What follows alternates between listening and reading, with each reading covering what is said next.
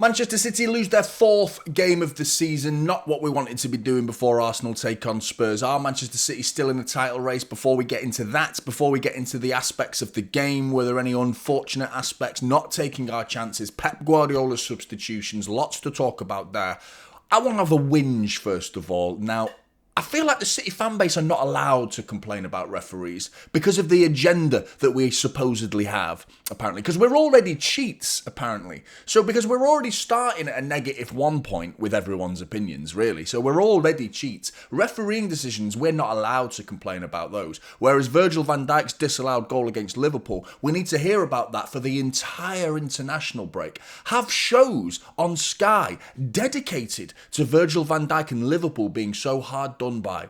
You know, when Manchester City get decisions going against them, the following week, a catalogue of decisions going against Manchester City. Next week, no one says a word. The media, they just go, here's some confirmation of the offside lines. Have you seen this? Have you seen the offside lines? Think about it. Think about it. The rule says the hands and arms of all players, including goalkeepers, are not considered. For the purposes of determining offside, the upper boundary of the arm is in line with the bottom of the armpit. Where is that line pointing anywhere near his armpit? Let me ask you this question. If Ruben Diaz scored with that part of his arm where the line is pointing to, if he elbowed a ball in like that and it went in and we scored from him hitting that part of his arm, would that goal be allowed to stand? No, it would be ruled out. So if they move that line just a little bit further in to where the rules state it should be, the rules state it should be on his armpit, you move that in a little bit,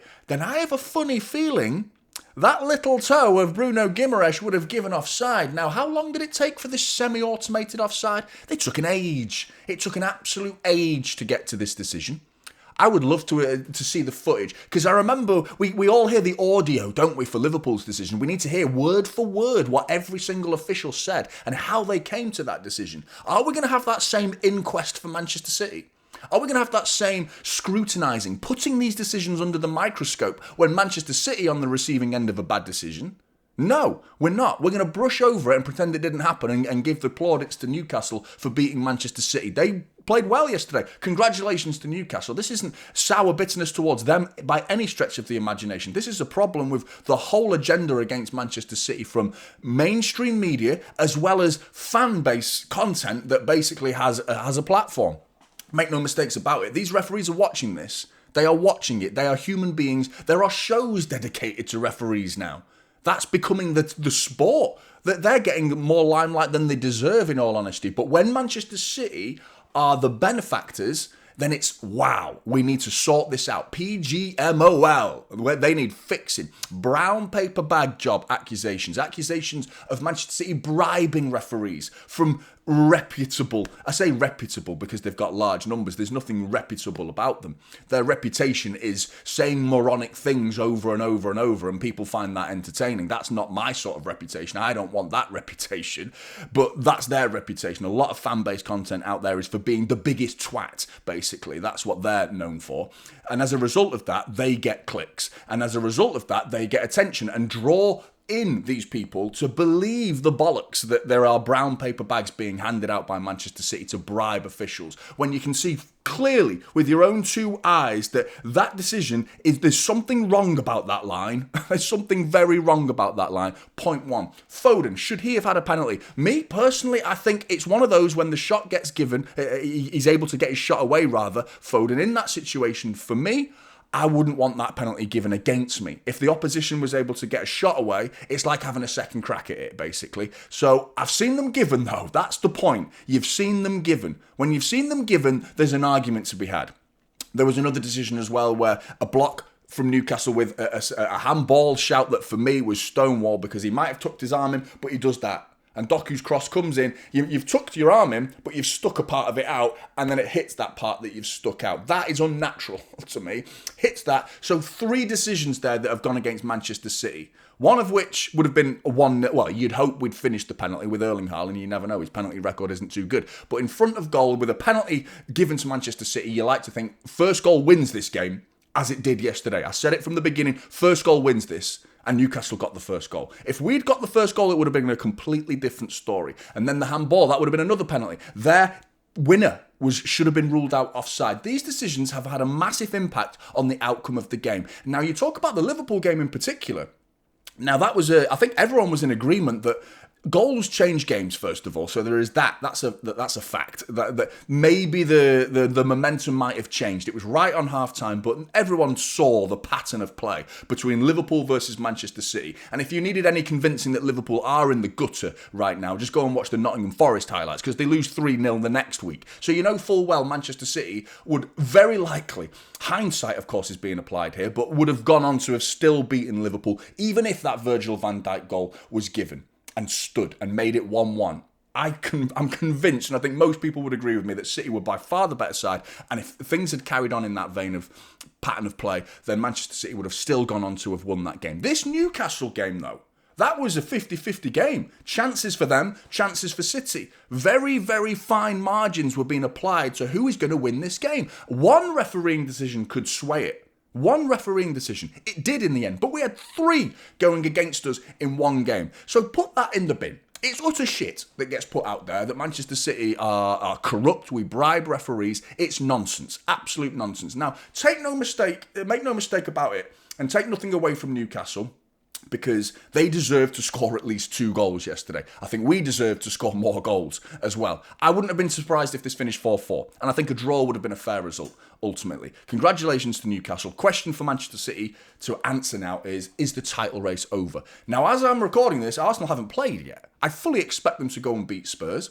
I fully expect that, and it would be moronic of Arsenal to drop points now, knowing that Liverpool have lost and City have lost. Chelsea are now becoming the second horse in this title race, because they've overtaken City as a result of these results this weekend. So, Liverpool and City and Chelsea, well, not Chelsea, but Liverpool and City losing, therefore Arsenal would be stupid to lose. If they did, then of course Manchester City are not out of this title race. And even if they win, I don't think they're out of this title race. Because next week, Arsenal face Chelsea. First face versus second on Sunday, when City are at home to Leeds. So, one game week later, someone's dropping points out of Arsenal and Chelsea. You would hope it would be Arsenal dropping points. A draw would be great. A Chelsea win would be equally great, to be honest, for me, because we want to claw them back, Arsenal. We got to do the business against Leeds, but it shows how close things can change, because 2 weeks ago we were useless, we're finished, we're nowhere near a title race. 2 games later, we're very much in a title race. Now, 1 result later, apparently I'm seeing City fans saying it's finished, it's over, all of a sudden, and Arsenal haven't even played yet. You know what I mean? They've not even played yet, so it's ludicrous to say we're out of the title race. We've come back from worse situations than this. Pep Guardiola, did he get his lineup right? He got the lineup spot on for me. Every single City fan, I imagine not every single one, but the majority of Manchester City fans were very happy with the decisions that Pep Guardiola made with the starting 11. The substitutions, on the other hand, a little less so. I was a little bit bemused by some of those decisions, in all honesty. Bringing off Doku was the big one for me. Cherki, there was an argument to bring him off, but still, to bring on Bob and Savinho, we'll be talking about Bob and Savinho later, against a low block for me was interesting, and obviously the intention was bringing on wide players rather than 2 players inverting with Cherki and Doku, who were tucking inside. Newcastle's defence had gone incredibly narrow and just camped on the edge of their box within the line of the 18-yard box as well, so they weren't going out wide. The plan is obviously to bring on Savinho, bring on Bob, and try and stretch them, get to the byline and create channels between full-backs and centre-backs of the Newcastle defence. That was the intention. It didn't work, because both Bob was a little bit above Savinho in his performance, but Savinho was an absolute shocker. So substitutions were a little bit, didn't really work there, to be honest, and Savinho's got big question marks over his head. But let's have a look at the player ratings. Actually, no, before we do that, let's have a look at the possession, because I wanted to talk to you about this possession as well, because I find this interesting. This right here is City versus Dortmund. 50% possession each. City win 4-1. We have less possession. We concede possession to Liverpool, 49% to their 51. We win 3-0. We dominated the ball yesterday and we lose. So it's maddening to me, and it must be even more maddening to the likes of, if he had hair, I'm sure he'd be pulling it out. But Pep Guardiola must be going insane watching this, because that's his game. That's his bread and butter. You know, he's adaptable. Clearly, he's admitting, and he's held his hands up and conceded possession on more than one occasions this season, and we've won as a result of it. In this game, Newcastle, they dropped deeper and said, you have possession, and we struggled. We still created chances, mind you, so it's not like we had all the ball but no idea what to do with it, because we still created chances. It's just frustrating to know that we finally got the ball back, having not had it in recent times compared to the opposition, or compared to what we're used to, and we lose the game as a result. The bigger concern for me is Haaland doesn't score, we lose, which is the third time that's happened now this season. With Spurs, he doesn't score, Villa, he doesn't score, Newcastle, he doesn't score, we lose all three. He still scored in the game against Brighton, and we lose that game as well, but we were so poor elsewhere on the pitch that's the one game that I think we absolutely categorically deserve to lose. We didn't deserve to lose yesterday. I don't think we deserve to lose that game. I don't think we deserve to win it, in all honesty. I do still maintain that a draw was a fair result. The idea that the XG speaks volumes to how even the game was, really, and how clinical Newcastle were actually in hitting the target, most importantly, with 5 out of the 9 shots hitting the target. And we were just so wasteful. So wasteful. Really, really frustrating. But now let's get to the player ratings. Big Don, man of the match performance from him, which is a concern when your goalkeeper's getting man of the match. Never like that, to be honest. It's always a bad sign. Made some big saves. One of those was due to his own mistake in the first opening minutes of the game, which was a bit of sloppiness, but he settled down after that, preventing numerous Newcastle goals after that with some big, really important saves. Top-class goalkeeping throughout the game. 7.5 for big Donnarumma. Ruben Diaz, another first-class performance from him. For me, not just because he scored either. I actually thought defensively he was sound as a pound. The goal obviously helps his score, and him getting a 7.5 is the 0.5 is definitely because of that goal. But I mean, Voltemada is a difficult opponent, not an easy opponent to deal with, and I felt like he dealt with him really well over the course of the game. He was even popping up with a key pass there, which is really good to see. Great stuff from Ruben Diaz, and I think he deserved to not be on the losing side in this game. 7.5 for him. Josko. His typical bravery throughout the game. I thought at times he was popping up with those no-nonsense tackles and he was dragged around the pitch a lot, though. That was the concern for me. I felt like the left side of our defence was a much weaker aspect to our defence compared to the Diaz and Núñez side. I thought we were way more susceptible. Even though Harvey Barnes scored both goals, neither of them actually came from the left. They were both central goals from Harvey Barnes.